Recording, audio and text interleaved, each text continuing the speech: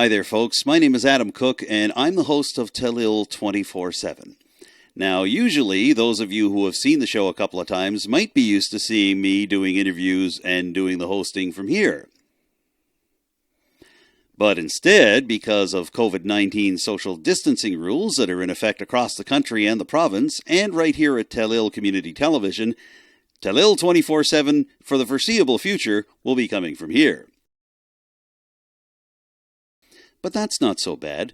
From here, we can still give you the news, information, and perspectives you need to help make a little more sense of your community and some of the stories that are happening in your backyard.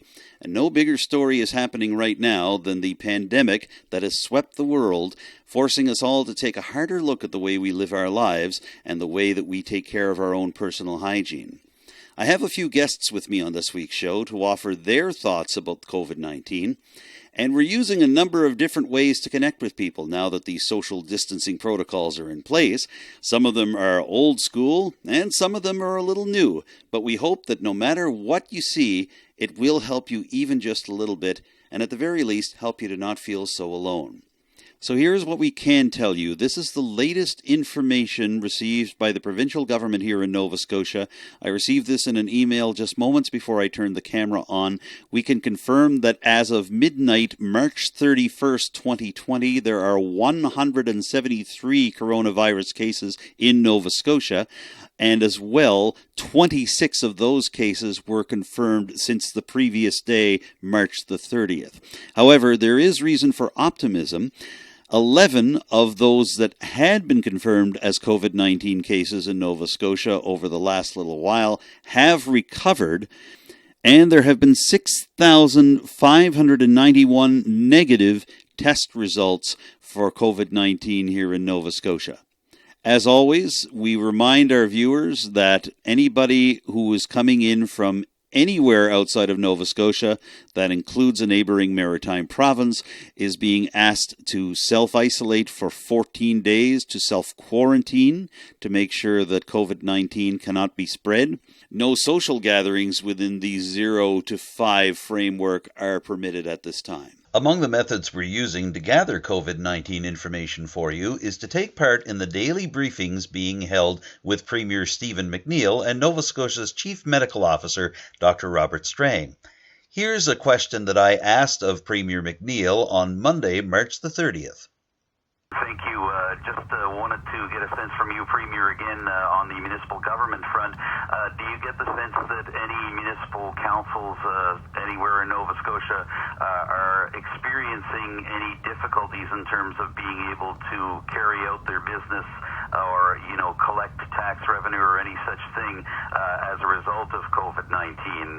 Obviously, municipal councils have had to change the way that they hold council meetings, but in terms of just the basic business of municipal government, does everything seem to be rolling along smoothly there? I think municipal governments will have to be like provincial governments and federal governments and private businesses when in this period of time that will have to be extra lenient with people who, for whatever reason, because of this COVID-19, has had their income stream impacted. They've lost their income. So I think people need to be understanding of that as governments and work with their ratepayers to give them the space and time that will be required to help them get through this very difficult time, this very stressful time, quite frankly, on families and communities and businesses.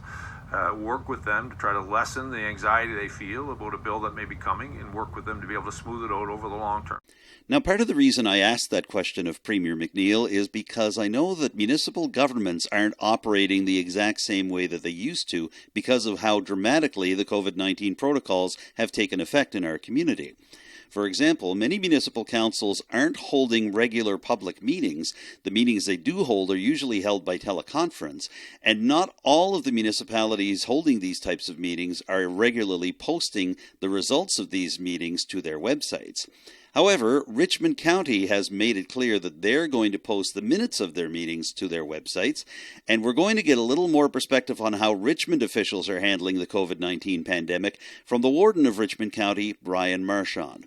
I spoke to him on the phone earlier this week, and the first thing I asked Warden Marchand was how things changed so dramatically for Richmond Council over a matter of days in terms of how they could have their meetings and who they would be allowed to have in.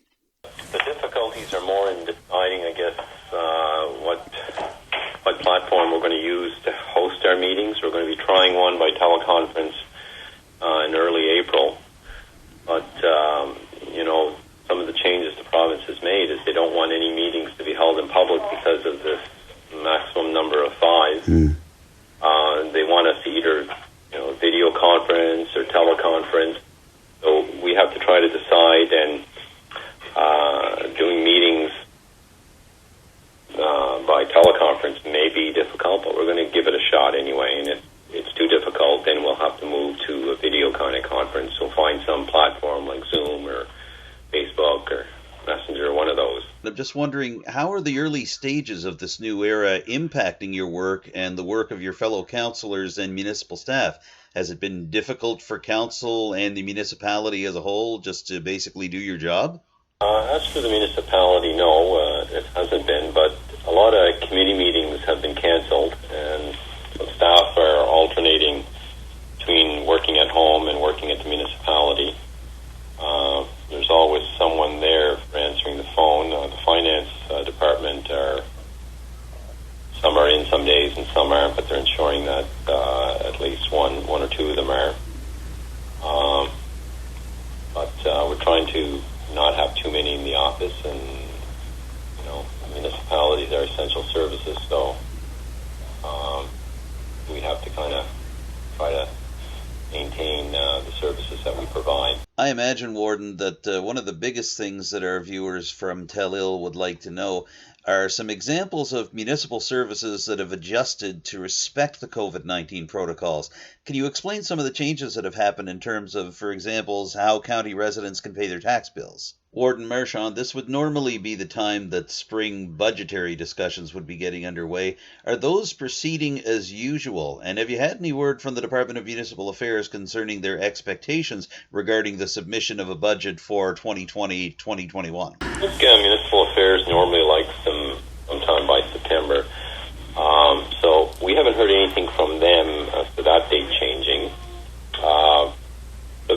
The budget discussions really aren't happening, but the preparations are happening with staff, where the directors are getting their budgets together, and the capital budget, I believe, is almost done. So having meetings by teleconference when you're discussing budgetary meetings might be difficult. So that's where we're having some difficulty in how we're going to do that.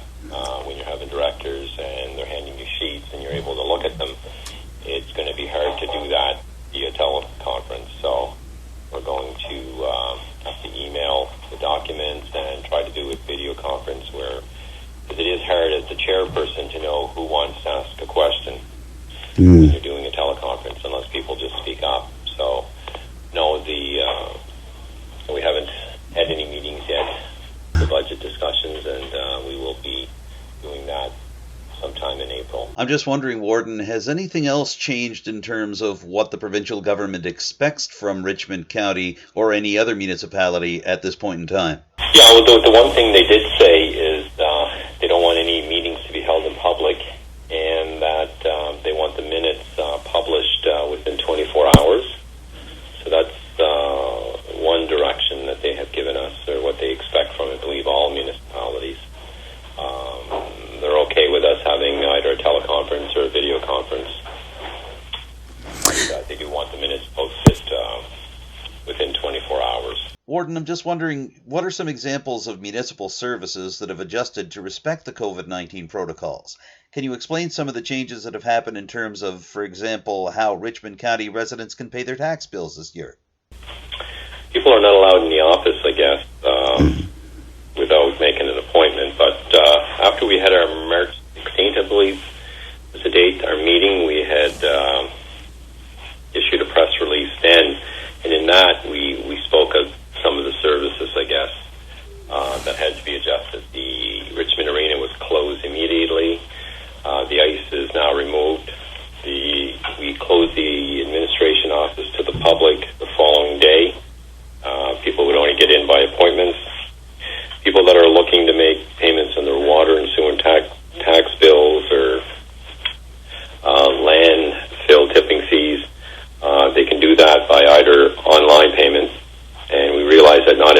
does online, so they can mail in checks as well.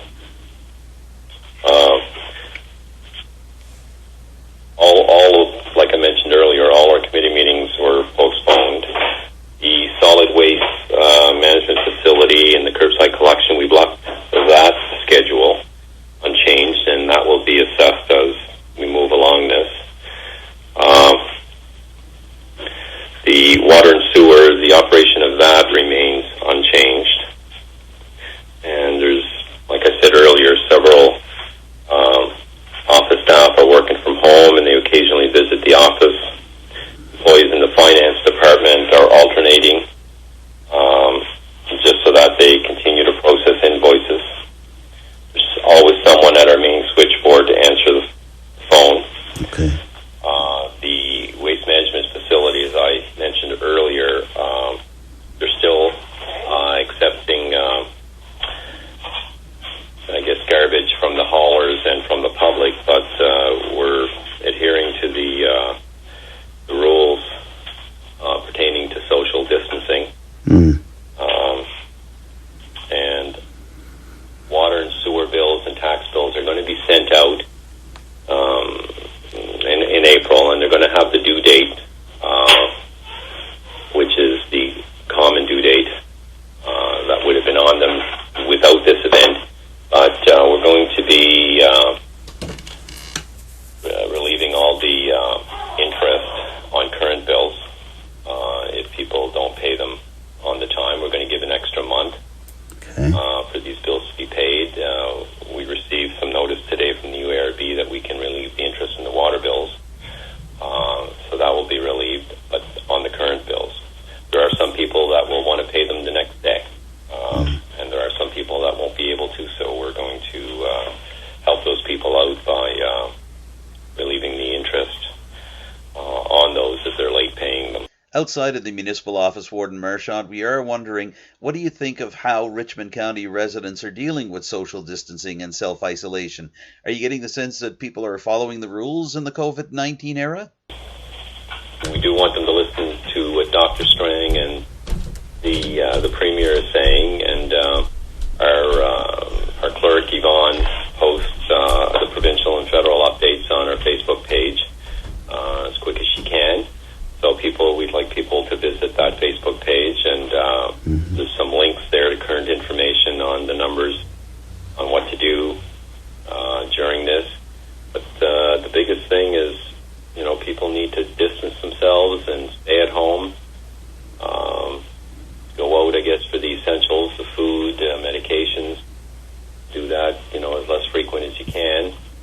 And the personal hygiene, the washing hands and not touching face, mouth, nose with your hands, all those things are important.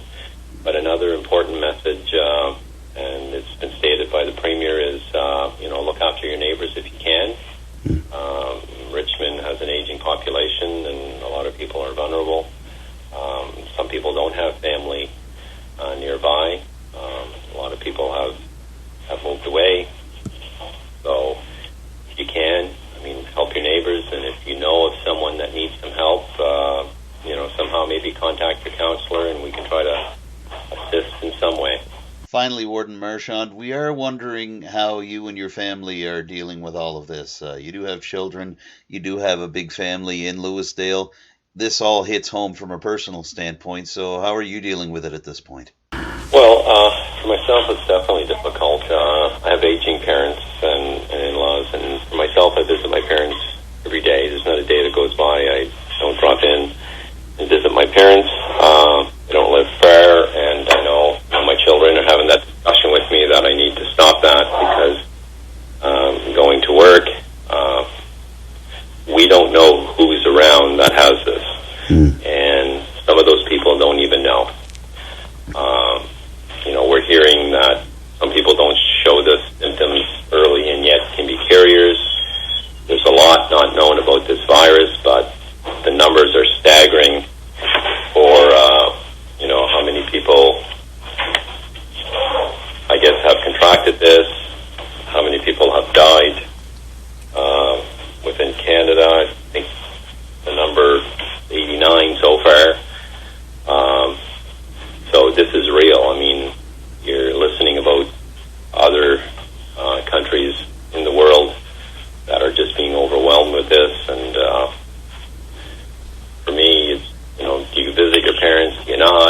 fall sick, you blame yourself, because I tell my parents just keep away from whoever you can, and the seniors, Richmond County is dominantly seniors, and we're hearing they're the most vulnerable and young, or anybody with any complications. So this will be real, I guess, when we start hearing of people suffering with death, being in hospitals in our own area. And that's something, I guess, that's a fear for everybody. You can tell the difference wherever you go. You don't see many cars in places. You hear the Premier's pretty upset about the numbers of people he's seeing at shopping malls and things like that, but you don't see as much of that around here. So for me, I believe a lot of people definitely are doing their best to follow these social distancing rules, but definitely it's hard on a lot of people that have friends and family in this area. It's a life changer, and yeah, we're hearing 2 weeks, but myself, I feel this is going to go a lot longer than 2 weeks. It'll go a lot longer than a month, because will we ever know when it's over? Yeah. We're going to feel comfortable, and you're hearing of a second wave in China. Oh, it's scary for sure. You hear of this with, I think it was the Spanish flu I was reading in paper the other day, almost 100 years ago, or was 100 years ago, where millions died. Oh, when you hear things like the U.S. saying if we only lose 100 to 200,000 people, we can consider ourselves very lucky. That's staggering, Yeah, those are numbers, but for the families that are losing loved ones, you're hearing it on the news every night. I mean, it's definitely something. Well, Warden Marchand, we know this is a difficult time for you and your family and for everybody in Richmond County right now. We really appreciate you taking a couple of minutes to speak to us here at Telile 24/7. Thank you so much, and we hope to catch up with you again soon. I've also had the chance to speak with the Mayor of Port Hawkesbury, Brenda Chisholm-Beaton, about how the COVID-19 pandemic and the accompanying rules have changed the way her council does business. I spoke to her on the phone on the last Tuesday afternoon of March, and Mayor Chisholm-Beaton gave me a lot of information about how quickly things changed for her and her council and what they decided to do about it. I'd like to start off with some gratitude, because our senior staff at the town of Port Hawkesbury have stepped up in a big way.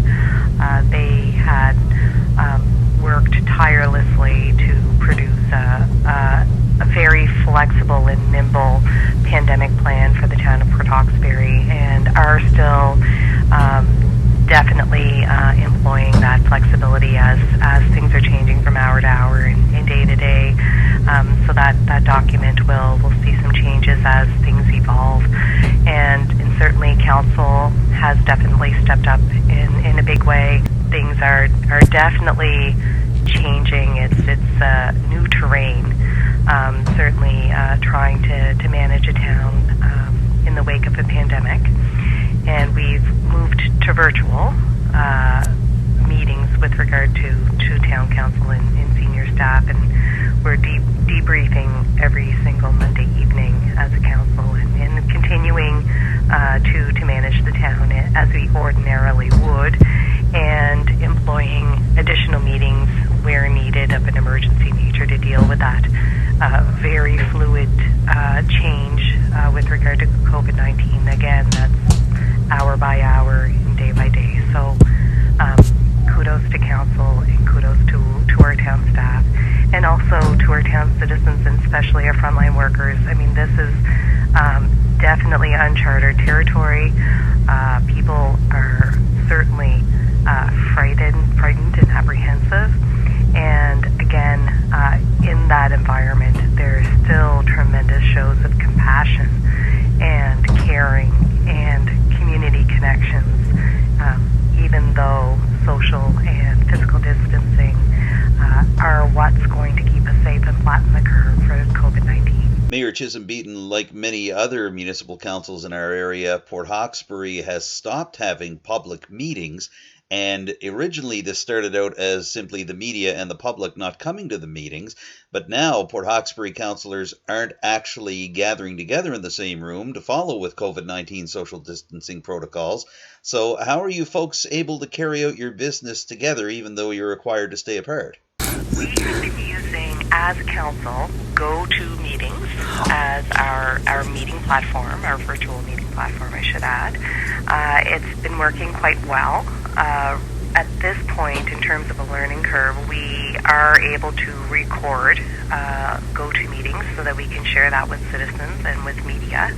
And additionally, we're looking into, is it possible to have GoToMeetings live streamed in real time? So we're continuing to kind of navigate our way through the GoToMeetings technology and to see how we can employ it in a way that both media and our citizens were used to previously before this pandemic.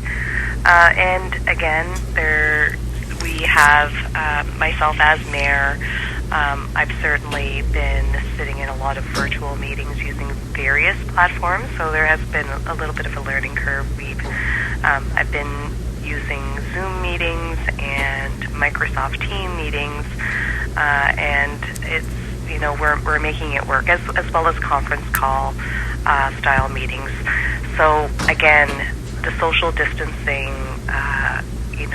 is a real thing, and we are able to navigate our way around that and still ensure business continuity, still ensure that we are dealing with that changing hour to hour, changing day to day, and ensuring that we're still providing the best services that we can and the best information that we can to citizens, to council, and to senior staff. So again, every single day we are paying attention. Every single day our town's senior staff and staff that are still feet on the ground are meeting virtually every single morning, and reports are going out to council every single day with regard to where we are as a town, which buildings are continuing to be closed to the public, how we are managing our workforce, and how we are continuing to provide services, the essential services to the town that they need during this time, and any time, really, like potable, clean drinking water, wastewater, all of the, like snow removal. We've had some storms in the midst of this pandemic and have been, working out strategies so that we have our public works staff clearing roads on shifts, so that we have 2 shifts doing the work versus 1 shift.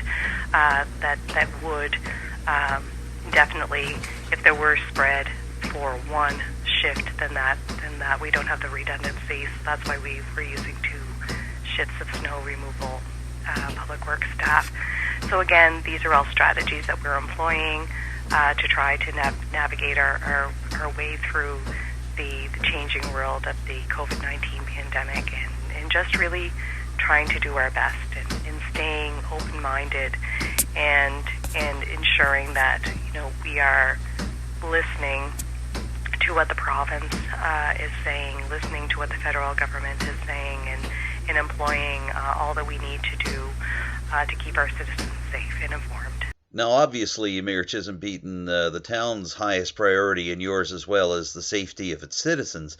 That being said, I imagine there must have been a bit of hand-wringing over the timing of these announcements regarding social distancing for a couple of reasons. It means that there will be a delay, as the town has already announced, on a Green Cart Organics collection program that was supposed to roll out later this month.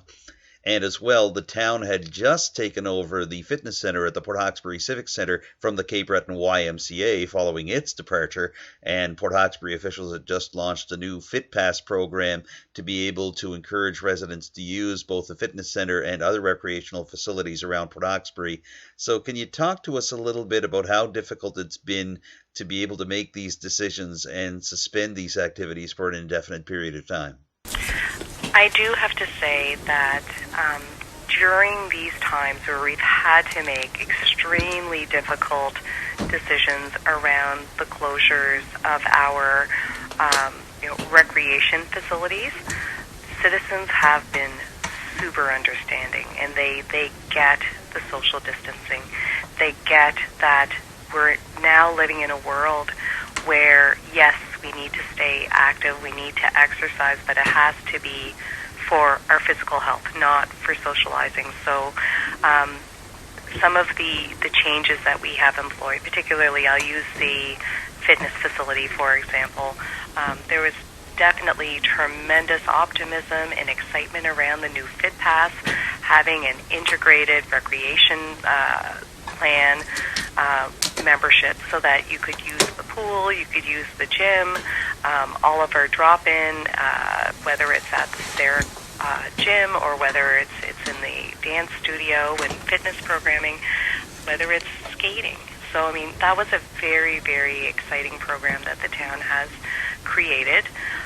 It is on hold now, of course, and I have full confidence that once we get to a point where we are able to once again open that facility, that, you know, it will take a little bit of work to get that, to build momentum again. And again, I think after this is all said and done, it will be a new normal. So I don't think that some of the things we're doing now should change. We still need to be super vigilant in terms of cleaning, sanitizing, making sure that, you know, because not only with COVID-19, but, you know, this opens a whole new world of possibilities of future risk and pandemic. The spread of disease, I think, has become hyper aware and on people's minds. So there's some things I think that probably won't change after this pandemic, but, you know, I do appreciate the fact that our citizens and the citizens also living in our region have been very understanding of some of the tough decisions. As mayor, you've put a high priority on making sure that accurate information gets out to Port Hawkesbury residents and those in the surrounding communities. And one of the biggest examples of that was a situation involving the closure of Port Hawkesbury's Ultramar gas station. That happened near the end of March when it was determined that one of the employees there had shown symptoms of COVID-19 and was self-isolating. You put a high priority on making sure that the proper information got out and cut through the gossip that was arising. Can you tell us a little bit about that situation? Absolutely. Right now, communications and facts are what will see us through during these times of uncertainty. And it's so important that we are making common sense decisions for ourselves. And regardless of the outcome of Ultramar, all citizens should be taking all of the precautions and all of the mandates that's been set by Dr. Strang 100% seriously, 100% of the time. So rumors and stories were really running rampant in the town with regard to the Ultramar. In the absence of information, I think people were injecting their own realities as to why there was a cleaning crew there present and why the store was closed. It can be incredibly damaging to a small business when people are running with rumors and running with things that may be true but may not be true as well. And just witnessing some of the hurtful comments it was hard, not just as a mayor but as a business owner. It's so important that we understand the facts, and also it's so important that we as a community make sure that COVID-19 is not infecting our humanity, our compassion. If somebody had tested positive at that business, you know, we should be compassionate and understanding and always careful. We need to take responsibility for our own safety. So it wasn't a positive result, and that did create some relief in our community. But at the end of the day, we need to act in accordance to what Dr. Strang is saying in social distancing. And it would seem to me that it's better to assume that everybody is COVID-19 positive, so that we are always being hyper vigilant in terms of washing our hands, maintaining 6 feet of distance, and only leaving our homes when it's in pursuit of some either essential services or items or groceries or going to the pharmacy. So these are the rules that have been set by Dr. Strang, and he has the best. He wants to make sure that our province remains safe, that we're flattening the curve, that we're doing it together, and I really do believe in the 3 C's that he has been, sharing with the province from day one, and that's caring and community and common sense. The reason why I took a proactive role on social media about inviting citizens to look or at least wait for factual information, because in the absence of factual information, a few things can happen. Damage to a business can occur. It could create a bad situation for the employees out of business, for example.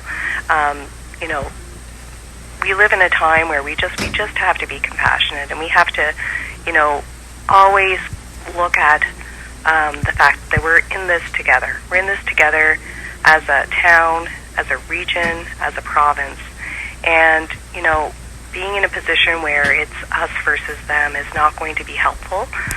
Making decisions or reacting to fear is not going to be helpful. So facts and communication are definitely key. And at the end of the day, it was a good news story that the employee that was tested, it was a negative result. And thank God for that, for the employee, for the whole store, for the business. But any store, we have frontline workers that are enabling our citizens to be able to get the essentials that they need. So we have to be compassionate, and we have to take our own health. We have to take responsibility for that as individuals. As you're talking about being on the front line, especially within the local business community, you've experienced difficult decisions not just as the mayor, but as a business owner yourself. Of course, you and your father, Archie Chisholm, run the Fleur de Lis dining room here in Port Hawkesbury, and you had to make difficult decisions about going from full service to takeout and then eventually to shutting down the whole restaurant entirely for the time being. Not unlike many other business owners here in the Strait area, could you share a little bit of that perspective for us, Mayor Chisholm? We really were paying attention. I recall it was a Sunday about 3 or 4 weeks ago.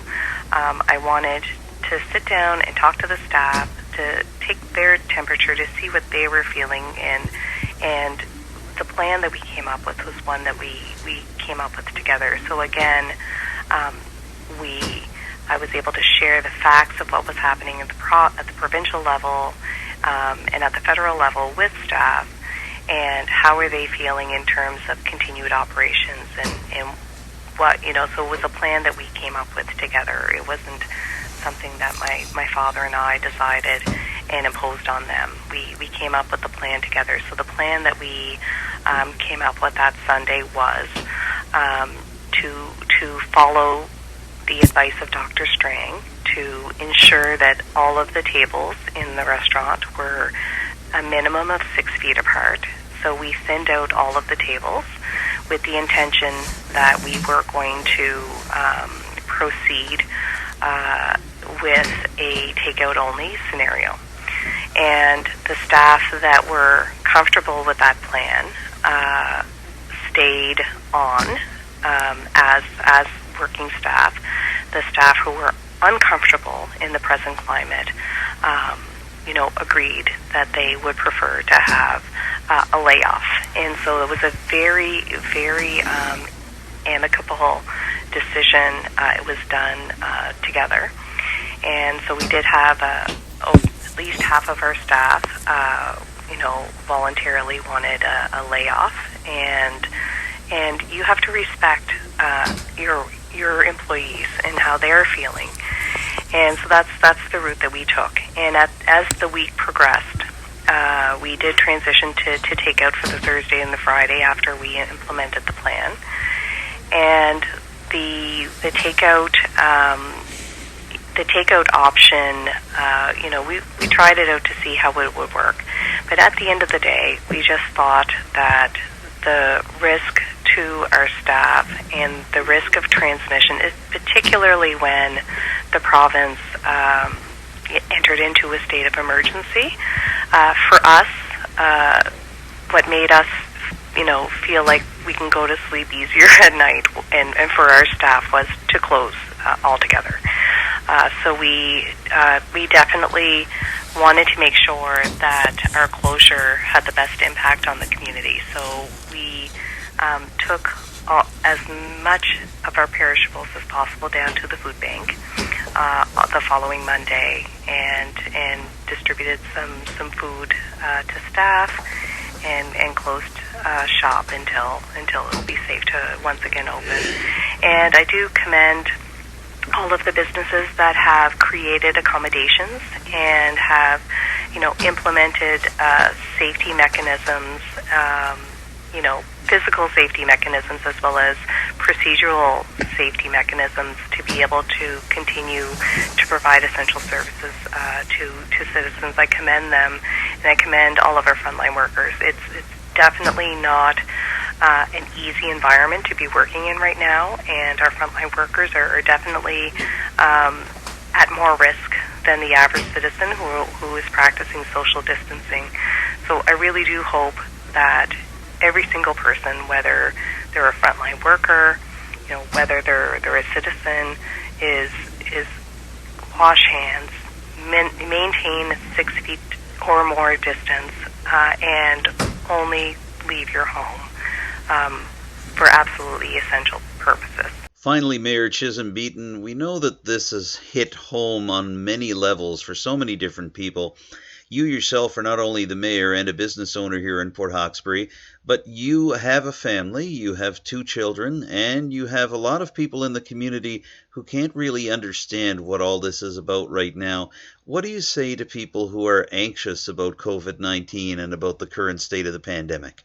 Well, what I say to any citizens who reach out, any of my friends or family who've reached out to express just how difficult this has been, I let them know that what they're feeling is absolutely normal, and everybody is reacting differently to the mandate to stay at home as much as possible.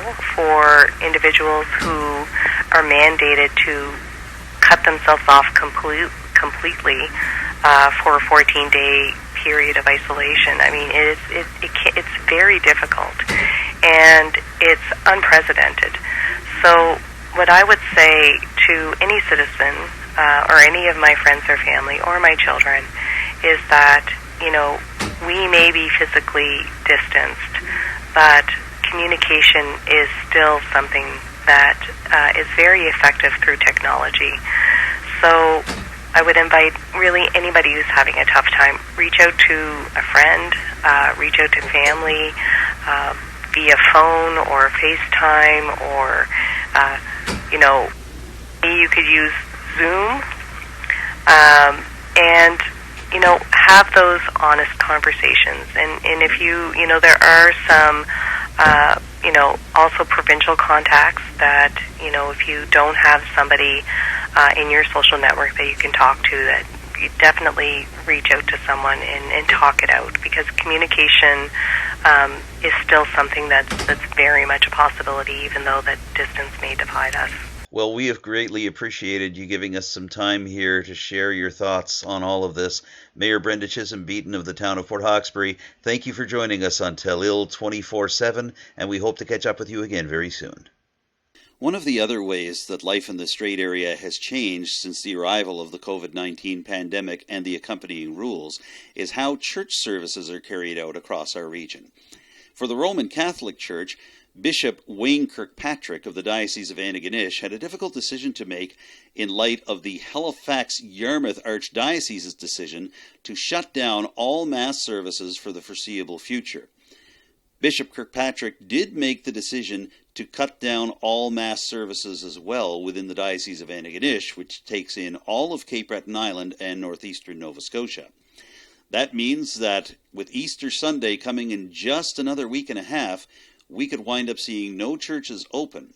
However, many Catholic parishes and other Christian denominations have found ways to be able to reach out to their flock even though they aren't able to have regular church services. For example, in Port Hawkesbury, St. Joseph's Parish has started pre-recording video versions of their Mass services and putting them on the Facebook page of St. Joseph's Parish every Sunday morning. Now, the parish did experiment with live streaming for one Sunday morning, and over 300 people climbed on board the live stream, but because of the number of people, or simply the limitations of the technology, the live stream kept breaking down, leading the parish to go with recordings instead. I spoke with Father Conrad Edwards of the Diocese of Antigonish's St. Joseph's Parish earlier this week on the phone. Now, because of technical limitations, unfortunately, we aren't able to bring you that interview, and I do apologize to Father Conrad Edwards for that. However, I can pass along one very important piece of information that he gave to me, as well as to all others in the diocese, which has received it directly from the Pope and from the Vatican. While Holy Thursday services can be pre-recorded and streamed on websites and social media, all services involved in Good Friday, Easter Sunday, and Easter Saturday as well are to be streamed live. How this will be done for St. Joseph's and the individual parishes, we still don't know. However, Father Conrad is hopeful that the joy of the resurrection and the symbolism that comes from Christ's rising from the grave will give some hope to both his parishioners and people around the world that there is an end to the COVID-19 pandemic. It is coming. Better days are ahead. Right now, we'd like to introduce you to the pastor for Reach Church, the Pentecostal church serving Port Hawkesbury. Some of you may remember it as Causeway Pentecostal Church. That church officially ceased to be early in 2016. Shortly thereafter, the Pentecostal Associations of Canada decided to open a church plant in Port Hawkesbury. While that started out at the Port Hawkesbury Civic Centre, it did wind up coming to the former Causeway Pentecostal building, and it's now known as Reach Church and overseen for the past 3 years by Pastor Janelle Loader-Keogh and her husband, Steve Keogh. Some of you may have seen these two in the community. Steve works at Port Hawkesbury Paper when he is not tending to church duties, and Pastor Janelle also has a day job. She works over at the Corner Bridge Outlet Store in the Port Hawkesbury Business Park. We decided to speak with Pastor Janelle via Skype to get a sense on how things have been different for her and for Reach Church since this all began. We were prepared. You do what you got to do to protect your people, and technology certainly makes gathering together a lot easier. To be able, right now we're doing Zoom calls that we can check in with each other. There's still the regular phone call. We're trying to do live videos online. So I'm definitely thankful that we live in the age that we do, but yeah, no, it's definitely been struggling, and I don't even know what we're going to do for Easter. So. Well, that's just it. I think a lot of the churches around here are struggling with that very thing. Do we even go ahead and have an Easter service? But I wanted to ask you about making the decision, and I know it was a difficult one for you. You had put things up on Reach Church's Facebook page saying, well, we're going to give this a lot of thought. We'd like to hear what you think. When the decision was finally made, how difficult was that for you, and how do you prepare for making a decision like that? Is there a lot of prayer involved? What do you do to be able to make a decision like that? Yeah, well, I think for me, when the restriction under 50 came to be, I called Steve because I was at work, and I called Steve and I was like, I really think we should, close, clothes, and so Steve was kind of resistant to that. He wanted to go ahead with it. And so we both decided, okay, well, let's just pray about it. And then when you come pick me up from work, we'll talk about it. And so that's what we did. Yeah, we did pray about it. And I had still felt assured in my spirit that I think closing was the right decision. And so then, like, Steve, on the other hand, still kind of felt that way, as like the one that he did. But he actually came up with a great idea, which was to broach it to the congregation. Because we were a small church, we don't really have a board as of right yet. So really just pull your team and the people that you do have and ask them. And yeah, I was really happy when people seemed to echo what was in my heart, and that really gave me peace about that we were doing the right thing. So Now, I'm just curious. You and I were talking just before we started the formal part of the interview about the idea of what if this pandemic had happened in 2005 or even 1995, or for that matter, 1895 or before.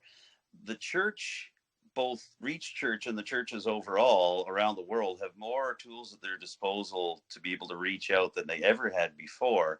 So I just wonder, what has that experience been like for you? I know you were talking about doing Zoom calls with the congregation. I know you've done that successfully. And this morning, as we're talking, you had your very first live stream. What was that experience like, sitting in front of a camera instead of sitting in front of your congregation on Sunday morning? honestly, Adam, that was a big difference for me, because like I'm a person, like I like to talk, I like to see my audience. I like to be able, like, because that kind of you kind of get your cues from them. You kind of are able to see where people are at, because if they're not getting it, then you can kind of look at the expressions and maybe have to elaborate. But when you're doing that online, you don't have that. And so I found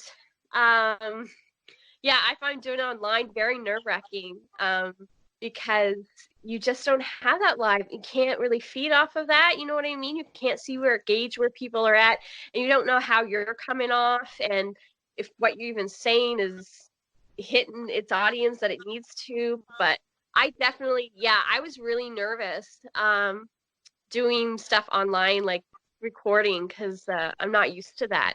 And you just don't know. I saw a meme though. Somebody posted on Facebook of they put puppets. And I was like, maybe I need to start doing that for next Sunday. Just have something to look at, right? And by the way, here are fireworks, and we've got a light show. And I know. But yeah, like, and just because like last Sunday I had recorded myself and edited, and it wasn't live, it was a recorded thing going through my sermon, and I had everything the way that I wanted. And then as soon as I tried to upload it, it just wasn't happening. I think it took 48 hours just to get to 50%. It was like eh. So but even doing that, like trying to connect again to the camera, I don't know. It's a little nerve-wracking. Not something I'm used to, for sure. so I wondered, what is the message then that you give to the people in your church and the people out in the community too? Because one thing about social media is that I imagine there might even be one or two people checking in with you, if not many more, that might not have been to the church physically, but might be more comfortable checking it out online. So what are you saying to them in this difficult time that's unlike any that we've experienced in recent years? Right. Well, we just try to, like, yeah, I mean, that's a good question, because a lot of people, are nervous about walking into a building, and especially a building that of people they don't really know. And so I guess that's one good thing that's come out of all of this, is that people can see firsthand what you're about, and what a little bit of what to expect. But we've been posting, like, I try not to dwell too much on the pandemic, because I think there's enough information out there about it. So we've been just posting stuff about peace, and fixing your thoughts on good things, and just trying to be a voice of peace, of reassurance, because a lot of people are panicking. There's enough fear out there, so we really don't want to focus too much on regurgitating what's already out there, but really help people to fix their minds on good things, because there's good out there. There is, and we're seeing that through other Facebook groups, like you see the music, what is it, the kitchen party, like all of that kind of stuff is fabulous. So, are people reaching out to you directly? Because I know a lot of folks are saying, and had been saying even before the protocols came in officially, that they were going to miss church, that they were worried about not being able to get together and worship regularly. And you mentioned Easter earlier on, so a lot of people concerned as we approach the end of Lent and get to that Easter period. Have people been reaching out to you individually about that and about just missing being able to worship with you? Not directly. I mean, we've done the Zoom thing, and I guess I've had conversations where people like just wondering what's going on, because not everybody has access to, Facebook, or not everybody has access to Zoom. Like they can't. So it's just being intentional with touch points. But yeah, a lot of people do miss the gathering aspect. As for Easter, like we're just right now, we're just trying to scour the internet for see what other churches are doing for other ideas. I know, like we had planned to do a puppet theater, and I kind of still want to go ahead with that, but it's probably going to be more online than in person. So yeah, I mean, like we've talked to a few people, and people do miss the face-to-face, but technology is making it a lot easier. But again, it's keeping intentional with knowing who doesn't have access to Zoom, like who can't get into those group meetings, and reaching out and talking to them and seeing where they are. So sure. This is coming on the third anniversary for you and your husband Steve to be here with us in Port Hawkesbury and to be the leaders at Reach Church. And I can only imagine that 3 years ago, when you were packing up from British Columbia to head over here, that this is not something you ever envisioned you'd ever have to deal with. So what have you gained personally from this? Has this strengthened your resolve? Do you find yourself pulling your hair out a little bit as much as the rest of us do? How has this built up your own strength and your own faith as a pastor and as a Christian? I think to answer that, I think last week was a learning curve when you're trying to, like, I mean, because you go to college and they teach you all theology and, philosophy and all of that stuff, and you're used to that. But it's the, like trying to find other ways to connect online that you have to teach yourself how to make a video, or, teach yourself to, suck up the courage and do a live video, even though it freaks you out. So that, I think the practical thinking out of the box is a little bit more of a stretch, a little bit more of a frustration in some ways, because technology doesn't always work the way that we want it to. So I think that in that way, it's kind of stretched us. But I was talking with Steve this morning, and we both agree, like, some of the stuff we should have been doing even before the pandemic. Like we should have had a stronger presence online. And I think it's going to be interesting to see what life's going to be like after this pandemic, and see how that changes how we do church, and how that changes how we interact with each other. I mean, 9/11 changed a lot of ways we travel, and it'll be interesting to see how this goes forward with the church. I think after all of this happens, we definitely will be continuing to do live on our Facebook page and having more of a stronger presence, stuff that we should have done before, but this pandemic has definitely opened that opportunity to do. So it's all that technology stuff that I find is more of a learning curve and frustration at this point, but we're getting a little bit better, I think, at it. So it's coming. So it's almost like having to do this at this time has been a bit of a gift for you and a tool for you as a church leader to be able to build the church for the future. Yeah, exactly. Yeah, and especially because, the next generation, that's all they know is stuff online, right? So, and more people are comfortable, going to church online than maybe taking the first step to go inside a building, right? So online definitely provides a first impression that's a lot people are more comfortable with. So, yeah. All right. Last question to you, Janelle. Obviously, this hits home for you and Steve on a human factor as well, too, because things have changed in the real life jobs that you have as well, in addition to being the pastor and the leaders here. And you're following social isolating protocols as well, too. So how are you doing just personally? How are you both getting through this? I try not to freak out because like at first when this all happened, like I was really being affected by people's fear. Like whether you're afraid of this pandemic or not, it was just people's reaction to the fear that was freaking me out. And so a lot of it is having to stop and refocus and think of those things that are good. And even so, when I'm at work, because I'm still working, and the store has done phenomenally at implementing safety measures and all of those things. But it's still, yeah, like you're still interacting with the public. There's still that risk, low as it is. It's still there. But I find that the hardest because I have to be mindful that I'm not stepping into people's bubbles because I have a tendency to do that, right? When you're talking to somebody, it's like, oh, how are you? And you get really close and it's like, no, you got to keep your distance. So I put we put signs up all over the store. And I'm not sure if that's for the customers or if that's just for me for that reminder, don't get in people's face. But yeah, no, I find the social distance the hardest part. There'll be lots of hugs I'll be given after this because I miss that. I miss that. Yeah. So for our viewers on Isle Madame, it's worth mentioning, of course, when you mentioned the store, that this is an outlet store for Corner Bridge, right? So Yeah. Yeah, exactly. Yeah. So they can all come to the Corner Bridge outlet store after the pandemic is over. One free hug from Pastor Janelle every time. Same deal applies at Reach Church too, yes. Life supply of hugs. Yes. Free. Hugs are free. Janelle, it's been a pleasure talking to you this afternoon, and thank you for giving our Telile viewers a sense on what it's been like for you and for a lot of church leaders in this new era. Thank you so much. Sounds good, Adam. All right. Thanks again. Janelle Loder-Keogh is the pastor at Reach Church, the Pentecostal church in Port Hawkesbury. We thank her for joining us today on Telile 24/7. And that wraps up this special edition of Telile 24/7.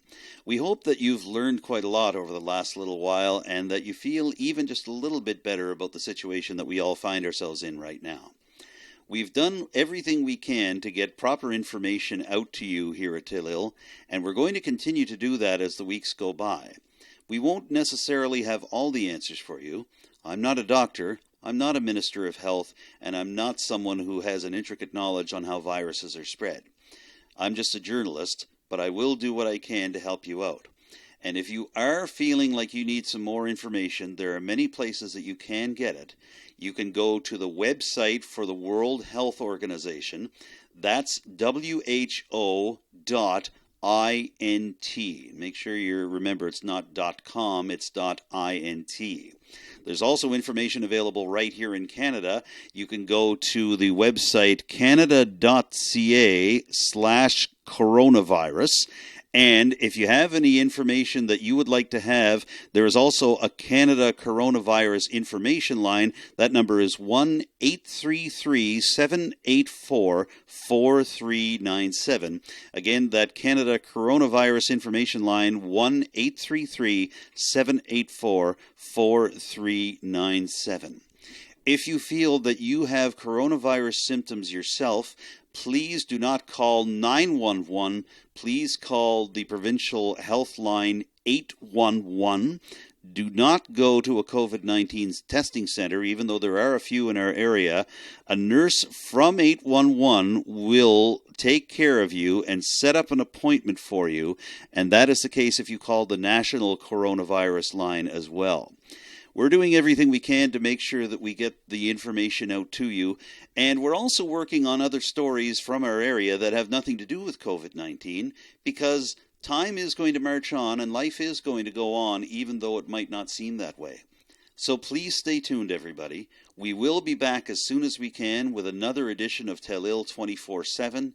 We're going to try to keep providing the same interviews, information, and field reports that we have been able to do for our first 4 episodes.